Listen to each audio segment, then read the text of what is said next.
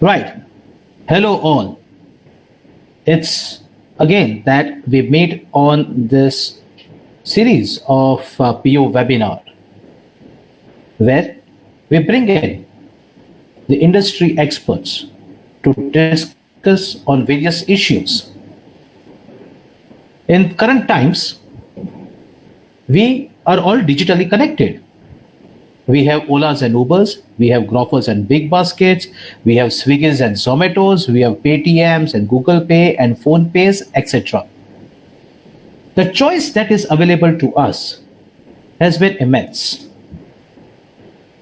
But it is not that we did not use the digital means earlier. We all know that the entire globe is going through the pandemic times. It is just that our resilience and dependency on the digital means have increased in the current times. Every time the crises have been faced, we as humanities have evolved and crossed it. Today we have adapted to the key of digital means. Ladies and gentlemen, we are into the age where and forward ahead, the digital is going to be the main thing, be it any sector, and the corporates are also adapting to this. Adaptability is the main key. So, on behalf of Parul University and Faculty of Arts, I, Professor Dr. Ananya Mehta, the Dean Faculty of Arts, welcome you all to this webinar where we have some of the great industry experts, accomplished experts from the industry who are going to share their experiences and give us an idea of what and how the corporates are adapting to this current times. Whether they were digital, the approach was traditional, whether the bureaucratic processes have been there or it has been just been reduced to the emails. There have been queries from the students as to why corporates do not entertain undergraduate students as a trainee or maybe as a fresher. All these questions and how we can go ahead will be answered today in this webinar, Going Digital the Corporate Way. Ladies and gentlemen, I have the pleasure to introduce the panel for the day. Now, the members on the panel already have tons of experience behind them, and it is the exuberance of youth and wisdom of experience that is going to be on today's platform. I have the pleasure of introducing the very first moderator and speaker of the day is Ms. Runa Maitra. Runa Maitra, Madam, Director of Founder Director of People's Talent International. Madam, welcome to the webinar of Parul University. The next on the list is a very renowned person and who is the Chief Human Resource Officer at Hanu Software, Mr. Amit Kataria. Sir, welcome to this webinar. The co-founder of Uniplatform Tech Private Limited is also with us, Mr. Rohit Magnani ji. Thank you so much for being with us. Right, then we have another amazing personality and a senior pro from MDS, who's the Director of HR, Rajashriji Chaudhary. Thank you so much, sir, for being with us. And well, to sum up this panel, we also have a very experienced professional between us is Shivnath Ghoshi. Sir, thank you for being with us, who is a country director and senior vice president for Artec Info Systems. It's a pleasure to have all of you with us on this webinar, and thank you for giving your consent to be here and giving your experience and ideas to the youth. I would request Runa ma'am to take over and give the opening remarks. Thank you, and over to you, madam. Good afternoon, everyone, and thank you, Professor Dr. Ananya Mehta, for inviting us and giving us the opportunity to share our thoughts. I think it's important to recognize the fact that since I have known you, I have seen that you had been trying to put a lot of effort and trying to bridge the gap between corporate and education, and that's exactly my thesis.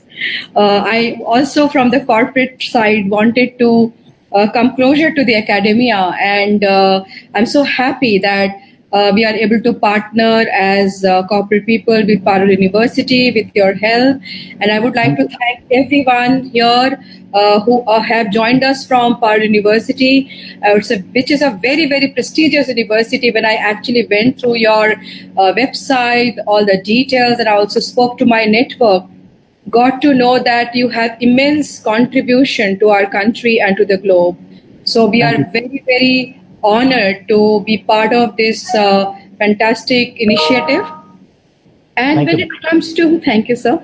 So when it is the choice of the theme, I think I was quite intrigued because the moment you talk about going digital. I think when we all started talking about Industry 4.0, I think the excitement got built in because almost more than 1.5 decades we had been talking about how our corporate life or overall lifestyle has undergone change because of the introduction of absolutely sophisticated technologies like AI, ML, also experienced many ways, the inclusion of AR, VR, and robotics in many ways in our services, in our manufacturing industry.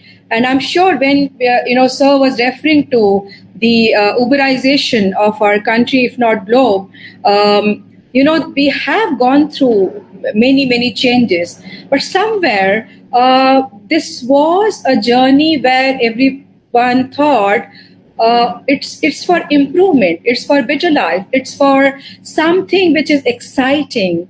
A lot of positivity we saw. Of course, whenever automation have happened, whether it's academia or corporate, we have found some kind of anxiety or thought towards how this is going to change as a challenging atmosphere.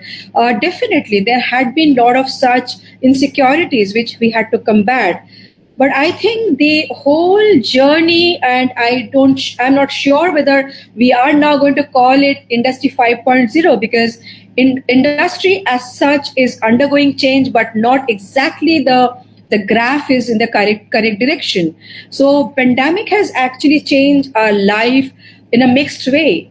Initially, we thought negative, but I think when we are talking about now, after 4 or 5 months, we have started accepting. We started using a terminology called new normal, but I think new has now gone away. It is normal. We are all talking about how do we innovate, how do we become more agile, how do we work together to actually accept and also accelerate this digital space in a manner which helps us. So I think we are going to cover with our eminent speakers how it has impacted business and how it has impacted academia. Of course, we are trying to ensure there is a lot of anecdotal points for the students who have joined us today to learn from our experts. And we are extremely lucky that our composition of expert is from people managers from both business and HR side. So I'm sure we are going to cover the business demand as well as the preparedness of HR, who had actually taken up the driving seat. The moment this pandemic happened, technology, of course, had been the driving source, but at the same time, HR came into the forefront, and they ensured that all the engagement, onboarding, and above all, work from home. I have actually, before I stepped on to academic world, I was country director HR for a law firm, Clifford Chance. And we had a philosophy of work from anywhere. Because lawyers work from anywhere in the world. They actually do deals in conference rooms or restaurants or hotels or dinner. So we definitely had a concept of work from anywhere. But what happened when we started talking about work from home? I think somewhere we are going to touch upon these points with the help of our experts. And of course, a lot of things around skilling. Professor Mehta talked about that probably there is a lacuna from the corporate side, and there is a challenge in accepting freshers or the youth which is now coming forward to join the journey of professionals.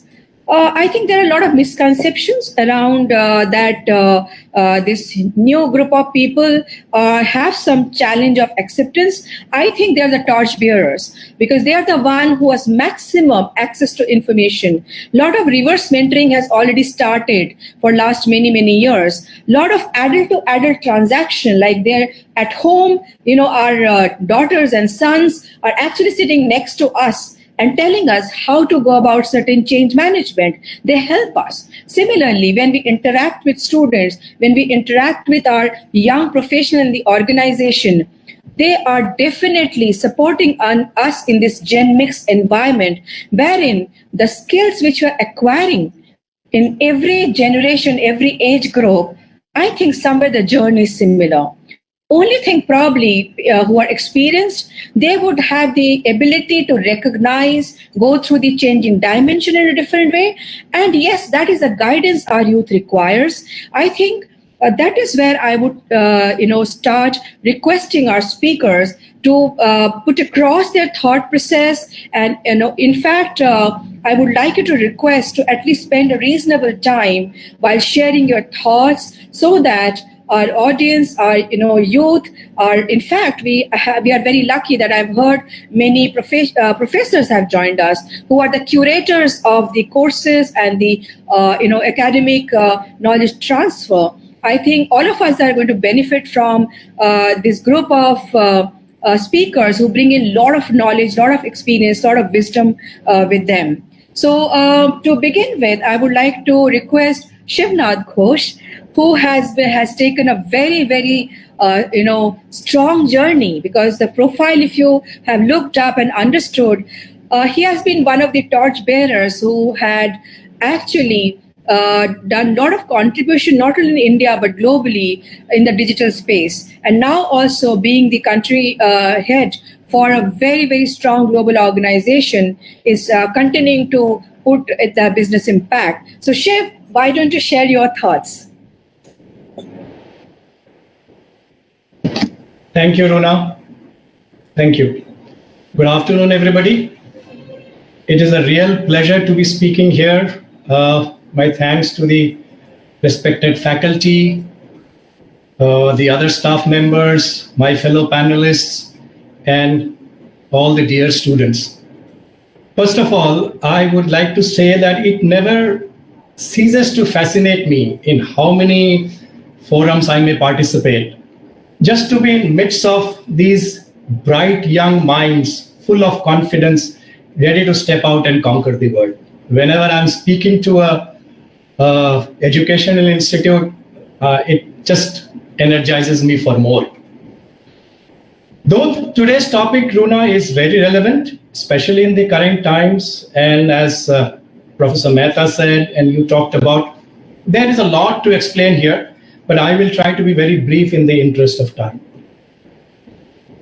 The pandemic has touched and reoriented everybody's life. I mean, we are all aware of that, both personally and professionally. I don't think hardly anybody in this entire world is left alone. So what has it done? It has forced organizations to change the way they do business now, and as well as how they are gearing up for that in the future. Traditional ways of looking at most of the things have altered. The way we used to attract talent, expectations from employees, management of employees, how to measure their productivity, how to see that they are motivated in the system, how do you manage them remotely, people keeping engaged internally, then externally engaging with clients and meeting their expectation and SLAs. So all those things have changed. And as organizations, people also have to change and adapt. And I'm happy to see that majority of them have done it, right? And if you see today, almost the entire business sector is open. Business is happening as usual. So obviously, we have overcome the hurdle and have put the things in place, and that's why we are able to deliver. Many organizations have exited or changed part or their full portfolio. They have added new business lines, given away some, whatnot. I mean, everybody had to reorient. And now in this current scenario of everybody almost remotely working from home without physical interaction, including clients, digital has taken a very clear, effective role where clear communication is the key in ensuring the correct and relevant messaging across the board, both internally and externally. So what has it done? Now, I have talked about digital has become more important in the current scenario than ever before. Be it social media, internal communications regarding every aspect of the business, employee engagement and safety, changes happening in the organization on a real-time basis outside environmental changes, business being conducted with client remotely, just to name a few. I mean, every plethora of things, whatever was done in a physical space is getting done through a digital space. And corporates are investing heavily in this direction. Let me just give you some idea where corporates, organizations like us, and many other organizations are investing.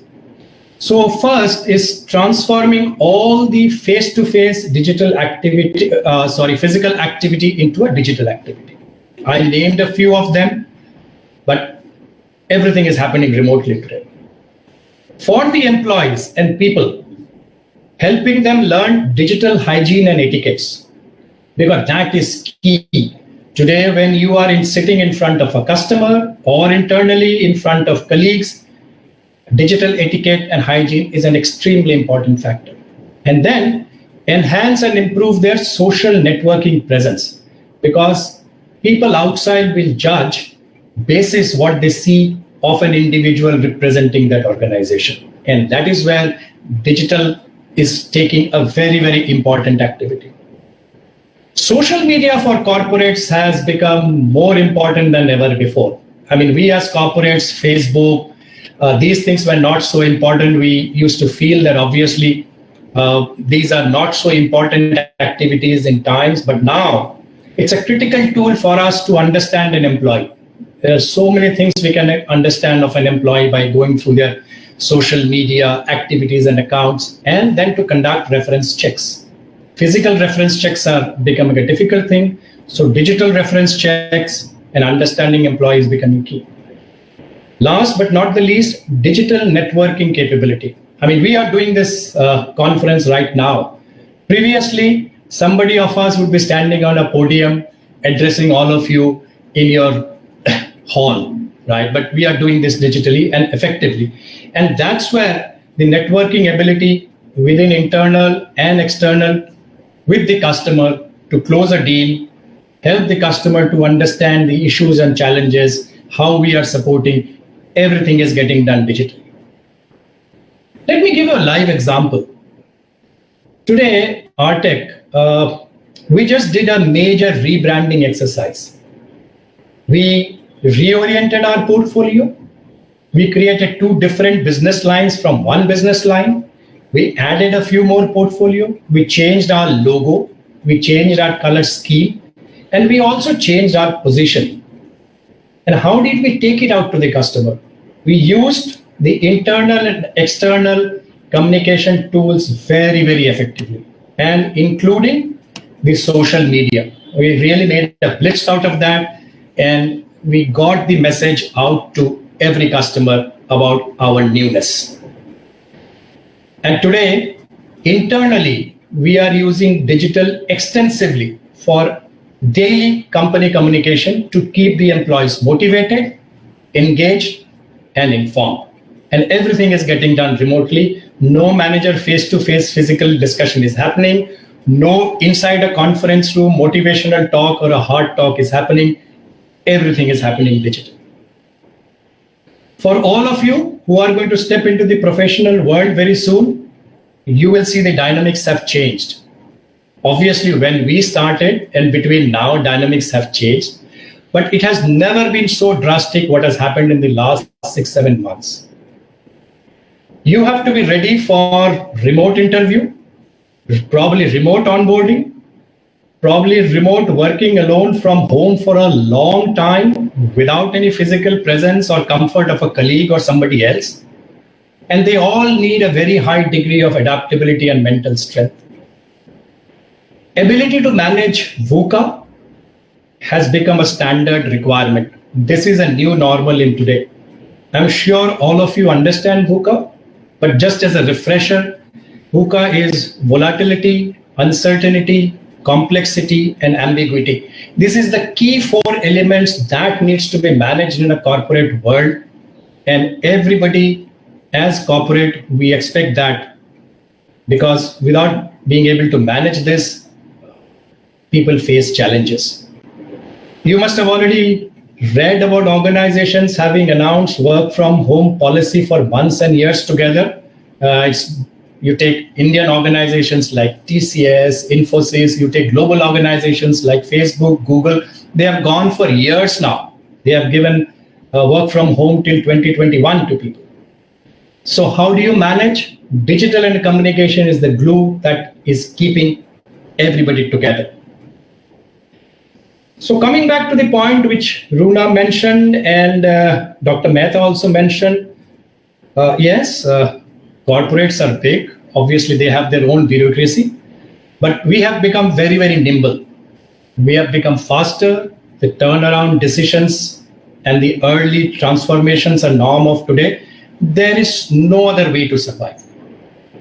And actually, if you see today, there are so many hirings which are happening in this digital world remotely, even in this pandemic time. I cannot name organizations here in the open forum, but some of the large IT organizations in the last 3 months have taken as many as 6,000 people from campuses during this pandemic times.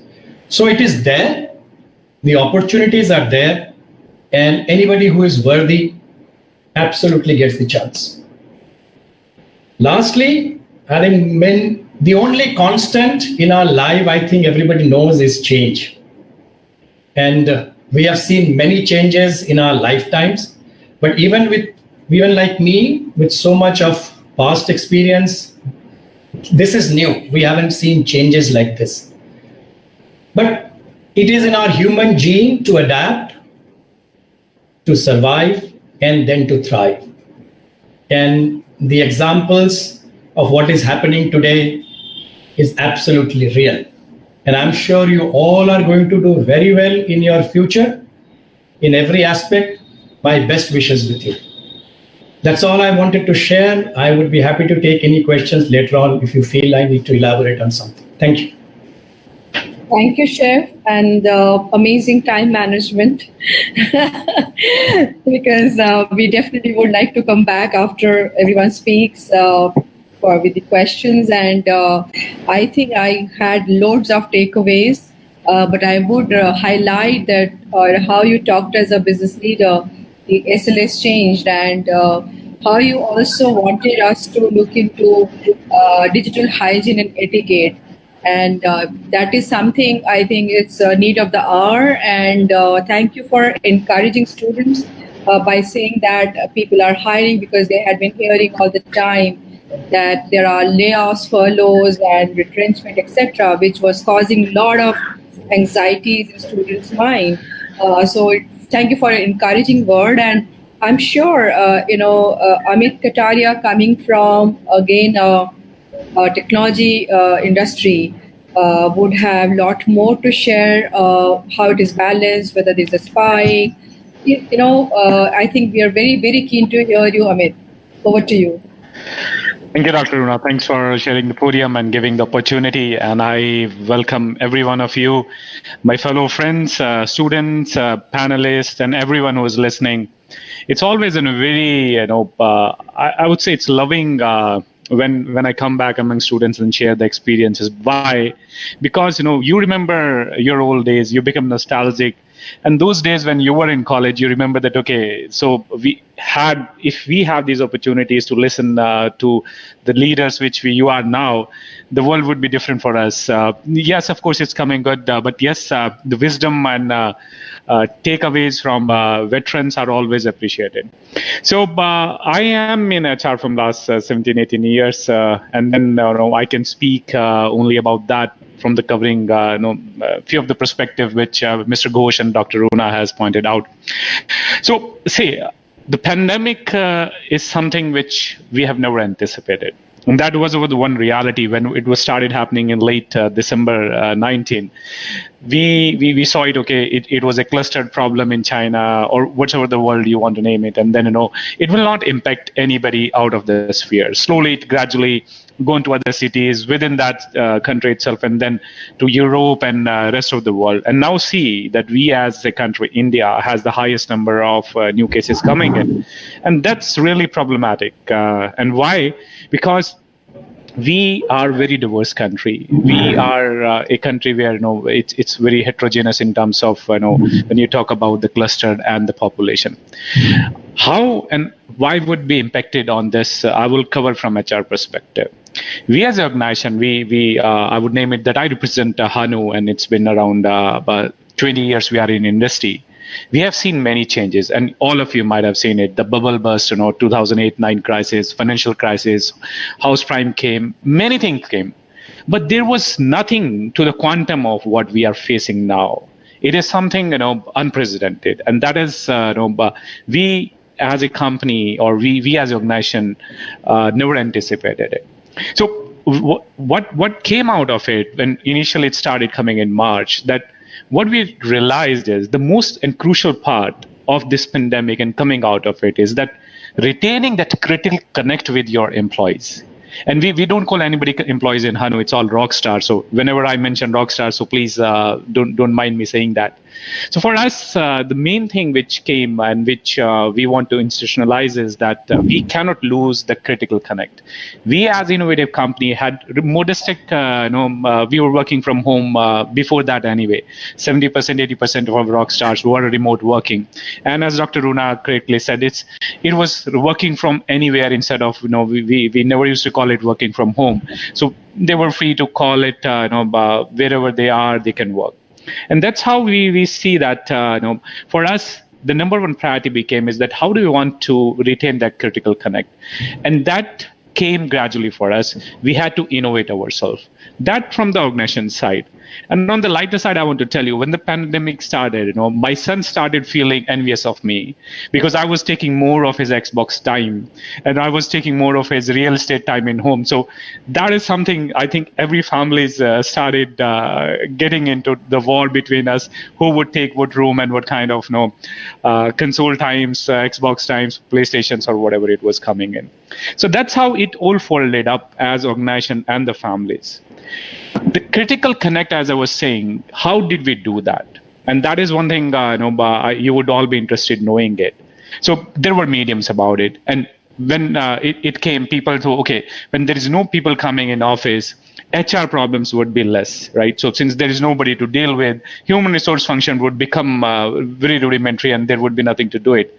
Ironically is that, the function, the support function, which we used to call it HR, now is that the backbone of it becomes more crucial. Why? Because the issues never went, rather they became more important. We started focusing more on employee, rockstar wellness and mental wellness. So that's how earlier we never used to be that bothered. We did, but we were never focused about the mental health as well. So we as a company, what we started doing is we started online yoga sessions, mental wellness sessions, all engagement activities. There is a tool of Microsoft Yammer, which we were using anyway 4 or 5 years back as well. The engagement on that tool started rapidly. So we saw and we countered that in a whiz, there were almost 20% per month engagement uptake on that tool. Why? Because when you were working from home, it was becoming monotonous to everyone, and you needed just to some space out where you can take your energy, where you can feel that you are involved with something, where you feel that okay, there is rest things as well other than work in this home. So it became very essential for organizations to experiment on engagement, and that's what I think post-pandemic became very crucial for organizations as well. And then what I see from the perspective of talent acquisition, as Mr. Ghosh also said, companies are hiring. It is, because this cycle never stops. You have to project workman planning took place. We as a company also have 350 plus opening as on date today. Campuses are being done. It's all moved to virtual. So two major difference I would want to focus on, and next couple of minutes, because we are running against the clock, just next 2 more minutes, and I will give the flag to my fellow panelists.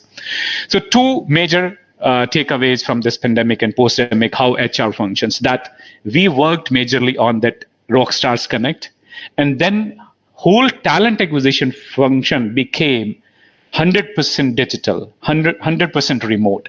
So what all happened is that, yes, there were fair amount of automation in our recruitment process as well, but we started using the applicant tracking systems more efficiently.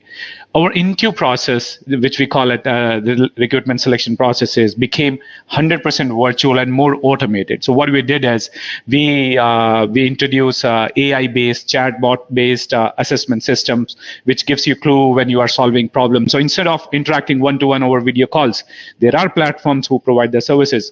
We customized and drafted our own solution where the assessments give you the unique experience where you feel when you're writing your assessment or answering the questions, you are prompted with booth giving you any cue if you wanted, any answers you wanted, and then give you a final score. And this helped us as an organization as well, because when you're talking one-to-one, there are many factors as HR you would analyze in body language, how the confidence level is, communication is. But these new technologies is changing that as well. So we are now able to assess that remotely also. On this, I say that as Mr. Ghosh has also covered, this is an interview and recruitment selection. Other part which came as a very default to is that onboardings as well became totally virtual. We have started this exercising absolutely remote. There were calls, video calls when you call it. The program was drafted. Hardwares are always in shipment. You see, when somebody is joining, the TAT has become new normal. Our hardwares are being shipped to across India and globally. So as we maintain the process of onboarding, whole digital, and then the framework has all changed to the weightage-based system within my organization, I would say. Earlier, it used to be different scenarios. So a couple of things happened in terms of how we adapted, how we came out of it, and then how we re-energized and reshaped things, all to counter this pandemic effect. And then to conclude this whole, what I've spoken in the last 5-6 minutes is that change, of course, is, as Dr. Mr. Ghosh said, this constant thing. You have to constantly adapt and re-innovate. So innovation is the key to success. And here, if you keep doing that, and if you feel that if there is something which has no solution as per your idea, and you deliberate and come up with that innovation and adaptability, I think you would be able to get the success sooner than what you anticipated. And that's my take on this. I would give it to Dr. Runa again, and whatever questions comes in, we will take on end of it. Well said, and a lot of directional points coming from a CHRO or HR expert, and especially when you talked about recruitment process is 100% virtual. I think that's the biggest element our students here need to learn, that are you ready? Are you adapting to this new environment? Because I think most of the time we listen to our seniors, and a lot of guidance we get, which is absolutely great. But do we really have people who can tell us in this current scenario how things have changed? Our experience till 2019, does it matter? So I think this point of view which you gave, Amit, is superb, and I think a lot of great pointers from you from both assessment side and also expectation from an HR. I would move from business head and HR head to now a very interesting personality who had been in corporate in many profile in a senior leadership in marketing, in head of the company for multiple segment, and now overviewing a lot of startup and considering innovation, which both Shiv and Amit talked about. I think innovation is key. At the same time, entrepreneurial mind is key because we don't have to keep waiting for somebody to employ us. Let's become employers. And I think a lot of such anecdotes we will have from Rohit, and we'll learn plenty how to be part of that startup world. And also, Rohit, please throw some light from his previous experience as well. You're on mute, Rohit. Sorry. Thank you, Rona, and thank you, Professor Mehta, for inviting, and other co-panelists for setting the agenda. So I'll not talk about things which are being done at a macro industry level, where a lot of which you'll read about in the press. Now, prior to my joining, starting my current venture, I was working at Walmart. Now, Walmart, for those who don't know, is the world's largest employer, and again have worked in some fairly large organizations. Now, at a very macro level, the largest segments where people get absorbed in companies are sales and operations, and then there are functions which are much smaller in terms of headcount, which could be technology, unless you're a pure play technology company. But otherwise, at a macro level, then functions like technology, HR, finance have lesser number of people. So I'll talk about sales and operations as two functional areas where a lot of young students will eventually get absorbed, and how they are undergoing dramatic changes. I'll give examples from my current work as well as my previous job at Walmart. So I'll give you the experience from Walmart, which is very interesting. For the last 70 years, consumer goods companies in the country used to monitor sales of the sales team by looking at something called a DSR, where every sales guy would fill in a very huge sheet. It used to be this big. And this is the standard format which is followed across all the top 50 companies in sales, in durables or consumer goods in the country. Now, what has changed? Some companies have started moving on the digital journey. Now with COVID, the digitization process increased. Now what has changed is that every person, his sales productivity is tracked by the tab that he carries. Now the tab that he carries is where he inputs everything of which customer has he visited, what has he sold, what has he not been able to sell, etc., and what price has he sold at, the whole works. So what is so remarkable from moving from paper into a digital input? Like how is it dramatic? So what has been dramatic is that the headcount is reduced. Why is the headcount reduced?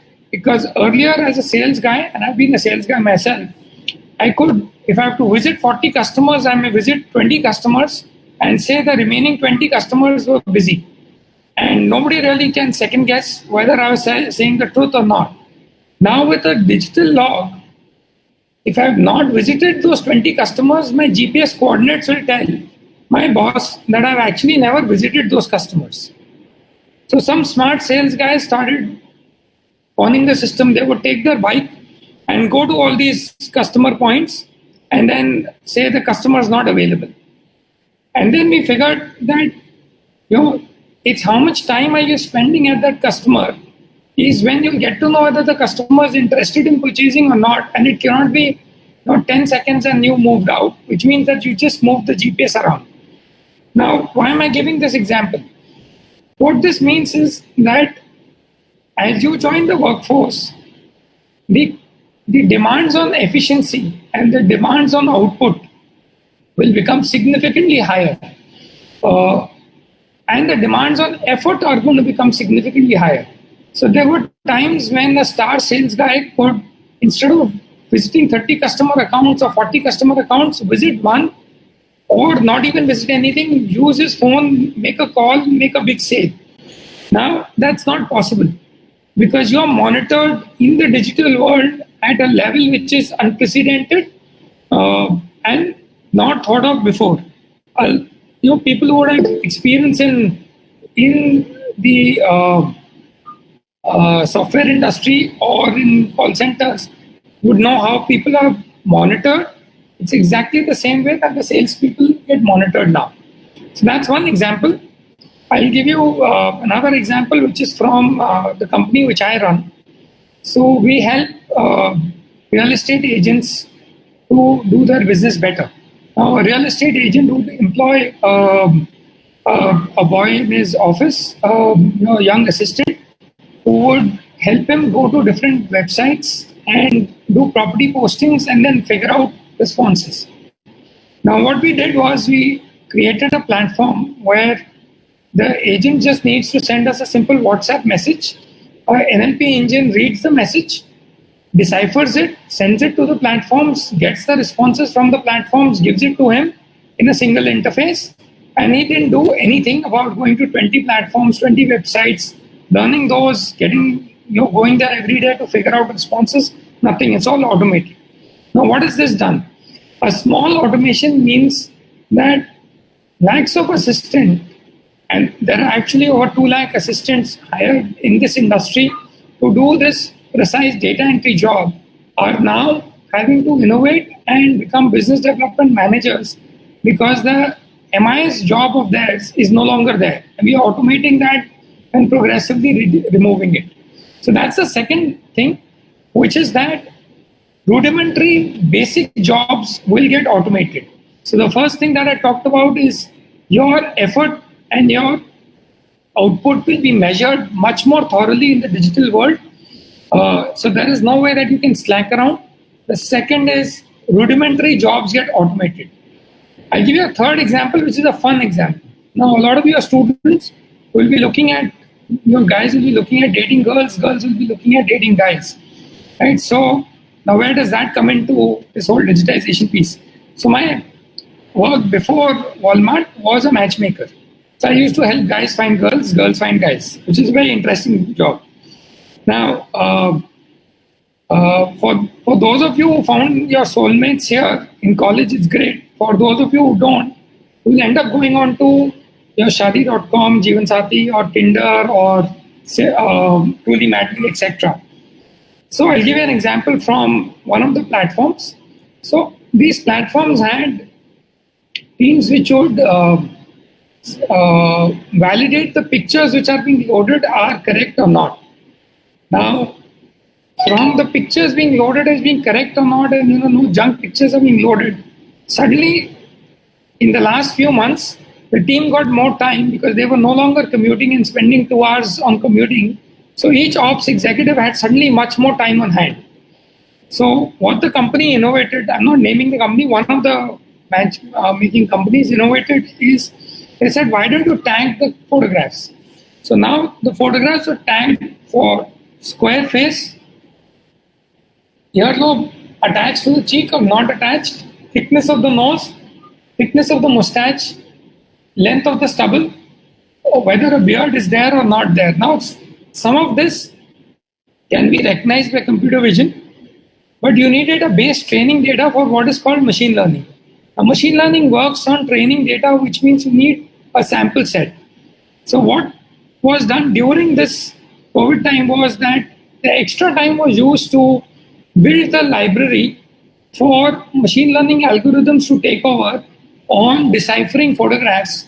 And therefore, when a girl's come onto a platform and she looks at my photograph and likes it or rejects it, It could be because I'm wearing specs and I'm clean shaven and she likes a guy with a stubble and without specs. And those are the kind of things that the algorithm is able to now decipher because basic building of a library was done. The bigger lesson for this is that as things evolve, now this machine learning algorithm is now able to even figure out what is a junk photograph and what is a good photograph, not just which photograph has a guy with a mustache and without a mustache, but what is a junk photograph and what is not. Now, which means that at a skill level, that's the third output, that at a skill level, you will need to constantly upgrade skills because what you were doing and was keeping you employed for the last few years may not be relevant, and therefore you will need to upskill constantly because now the people doing the tagging of the photographs will suddenly find that their skill is automated, and therefore they need to learn a new skill to become and stay relevant.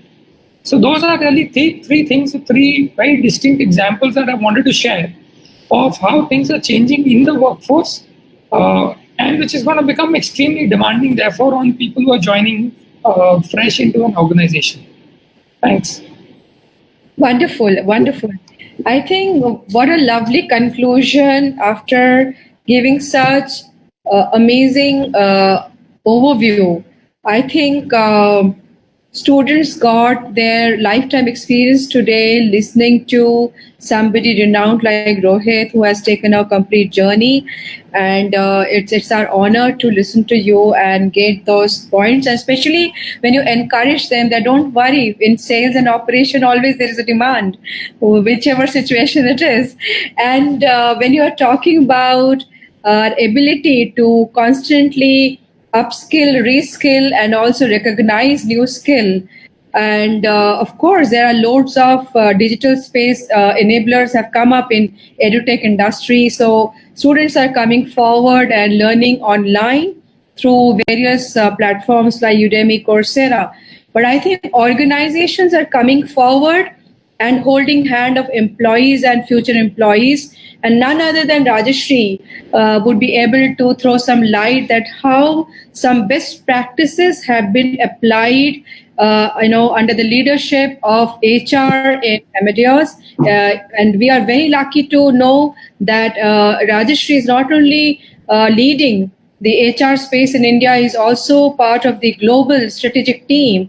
So it's a great opportunity to learn from Rajashri that how do we manage learning and development from self-development to matching the skill requirement in the industry. So Rajashri, please share your views.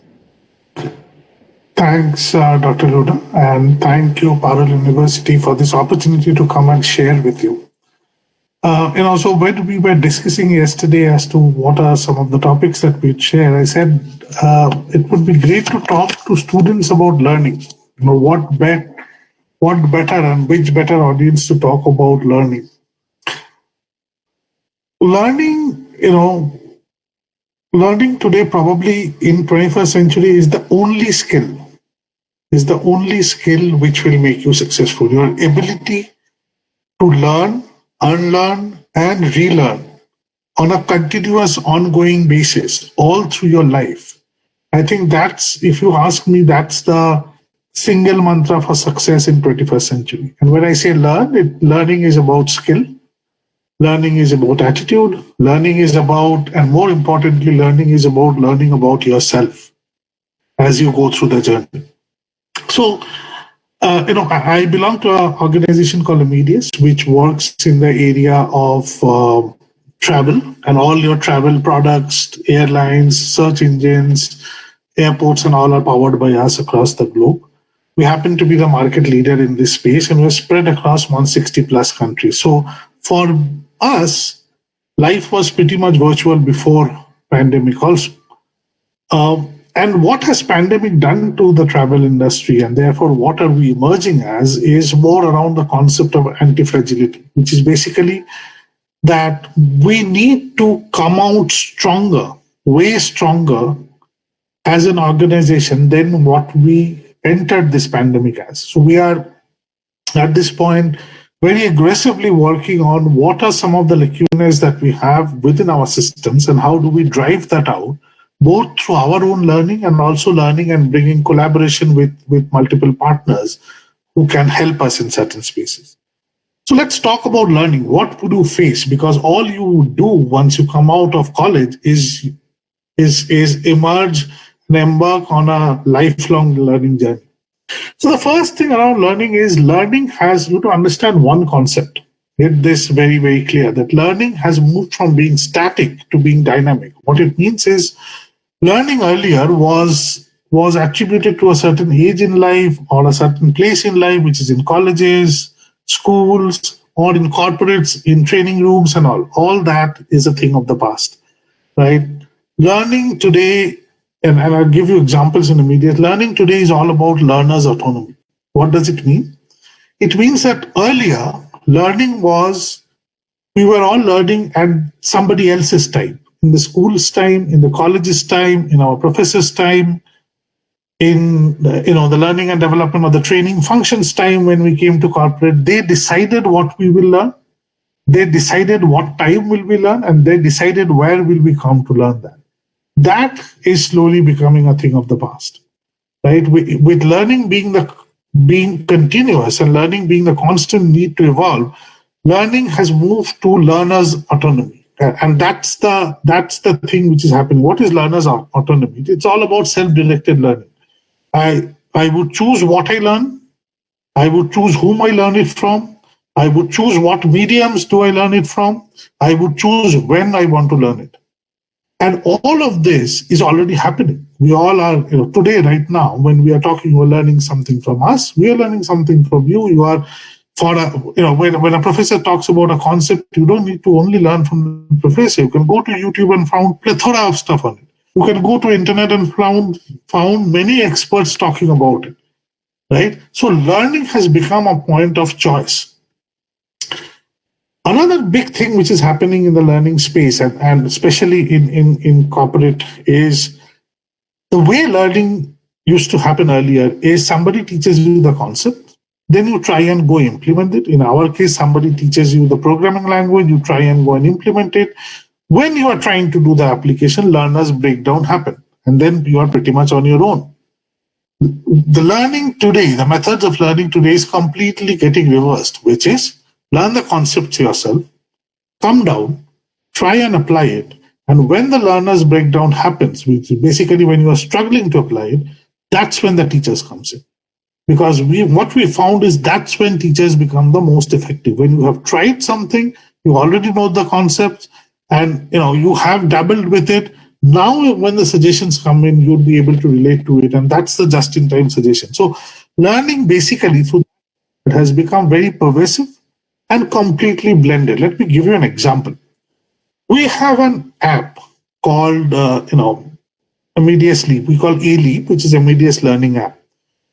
That one button in your phone, if you click that, that has all kinds of information about everything which is happening in Amadeus, be it technology, be it commercials, be it anything which you want to know which is happening beyond Amadeus and you want to bring those languages into it, you can learn from there.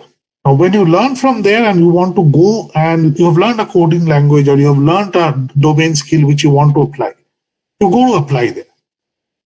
After, as you're trying to apply or trying to solve a real life problem, you face issues.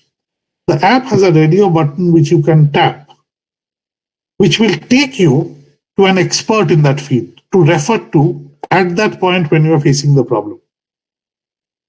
Now, you can do it anytime you want. You can learn anything which you want.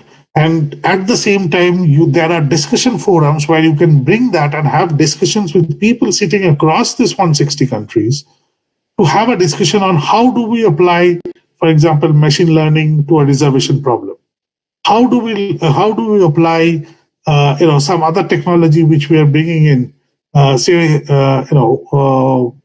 blockchain into solving the search problem, right? And these discussions are happening globally at the time when all of them are working together to solve that problem. Now, what is even more interesting is As you are trying to do all of these, all this data is getting captured at the back end, which signifies what kind of people want to learn what and what are they learning from.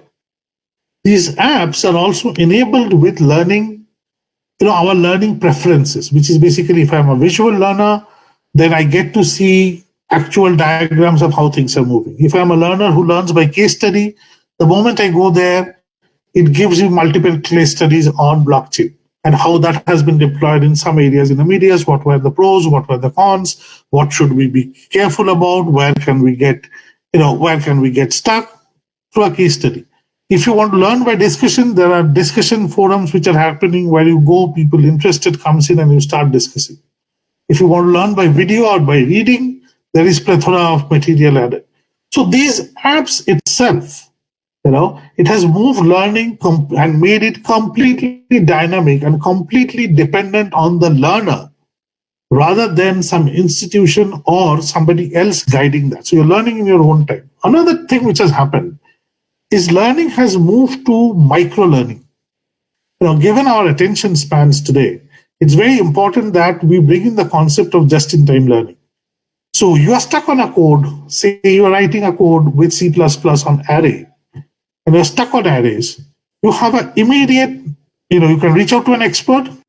You have materials available, you have case studies available, you have videos available on how to write that in a particular immediate context. Right? So that's micro-learning, which is basically just-in-time learning. Let me give you another thing which we are doing, which is learning by experience.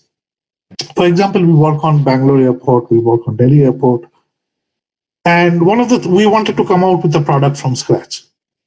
We discovered that is not going to happen through apps or sitting in our offices or homes and brainstorming. We devised a partnership with Bangalore Airport where every month 3 of our engineers go and spend their entire time doing all the activities that are happening in airport, especially on the one on which we are trying to build. So these set of engineers, while they are brainstorming, they are also doing that work in airport, actually learning what is the problem. And that's the problem they translate back into office and thereby devise solution for customer. So learning, that's all pervasive learning. And that's the concept of blended learning, right? Another thing I just want to end with this is learning today is not about what I learn. Everywhere, everybody is coming together to make business happen. So learning also needs to happen in collaborative platforms. And with that, I'll give it back to Runa. Thank you. Thank you. Amazing. I think the depth of the learning process, nobody had articulated probably in my, space. And today I have learned many things. So that's where the learning journey of mine is continuing. We have absolutely 3 minutes. So I won't take much time, but hand it over to Dr. Ananya because I believe there had been questions and we might be able to take a couple of them before we conclude. So by thanking Shiv, Rohit, Amit and Rajesh and Ananya sir, I would like to thank everyone and hand over to Ananya sir for questions and conclusion. Right. Thank you, Runa madam, and thank you all esteemed speakers. Well, it has been a fabulous session to listen to each one of you and through your experiences, the journey that you have shared, the ideas that you have expressed are the ones which will stay with the students and the viewers for long, and at least it will give them some idea. Now, because we have a series of questions coming in, I may not be able to ask more questions. There's just one question which is that possibly we may not even have time for that. So I would like to just say I would apologize to my viewers because there is an observation also which has just come in from one of the viewers that such webinars should have more time because they want to ask to the more speakers. Yes, we appreciate your feedback and comment with this, but I assure you that your questions, we will send it to the speakers and we will try to reach out with their answers to your personal inbox. So thank you on this occasion because we are just left with 1 minute. I take this opportunity on behalf of Faculty of Arts, myself, Parul University and management to thank the members who have taken out time to be here and share their experiences. All these esteemed speakers, your your wonderful contribution to the knowledge enhancement will be remembered and cherished by the students forever. I'm sure they're taking some more learnings from here. And once the pandemic goes on, we would like to also have you at Parul University in person for more discussions. Also, I take this opportunity to thank the technical team who has helped us to organize this webinar, technical events team who has helped us with the flyers, and to one and all who have helped this journey and webinar beautiful. So as of now, signing off. Till then, stay safe. We meet with another webinar in 24 hours with new ideas and new dimensions. Thank you so much, and thank you all of you for your time. Thank you very much. Nice having you. Thank you so much for this hour. It was amazing.